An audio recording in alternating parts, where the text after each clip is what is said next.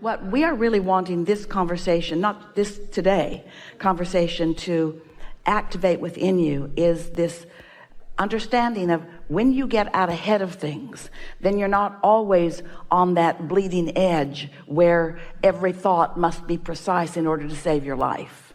You can get out ahead of things, and then every moment can be rich and expansive and full of insight and pleasure. You don't have to be right up against the edge. And something about that, we're giving you a little more than you're asking for here with your words, but it really is something in your vibration that we want to address.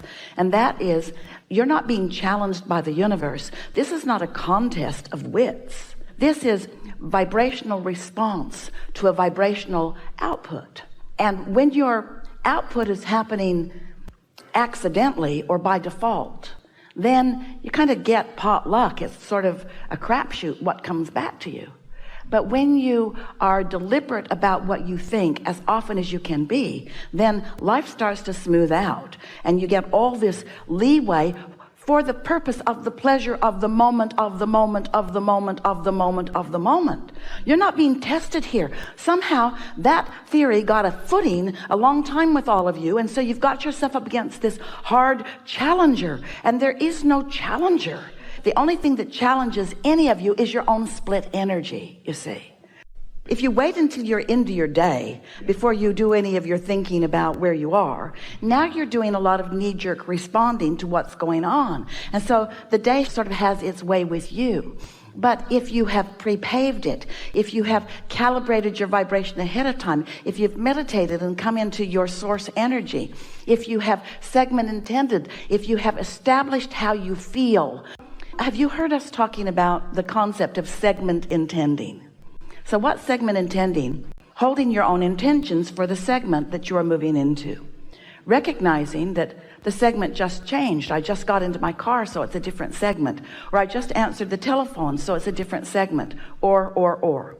So what is it I want from this segment? It was a focusing technique.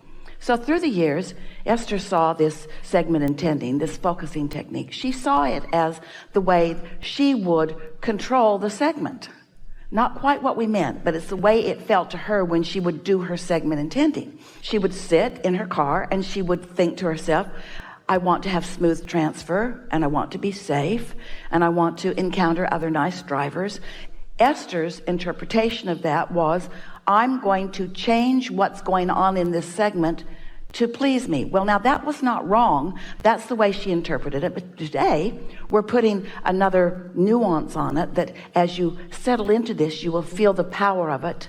Now, Esther's vision, as we project segment intending, she sees herself in the segment before the segment, preparing herself because she understands that it's attraction, attraction, attraction. So she says things to herself like, I'm so in love with life, and I'm such a blessed person, and I'm so eager about life, and I love interaction with others. And she's using all these feeling words. I feel stable, and I feel secure, and I feel full and fun. And so she's isolating those feelings through thought, and then it's like creating an atmosphere around her, like a bubble. And now this Esther bubble is now moving out into the world, and only what matches the bubble can be her experience. She's not controlling the other things out there. People aren't shaping up all over the world just because she's marching through the airport.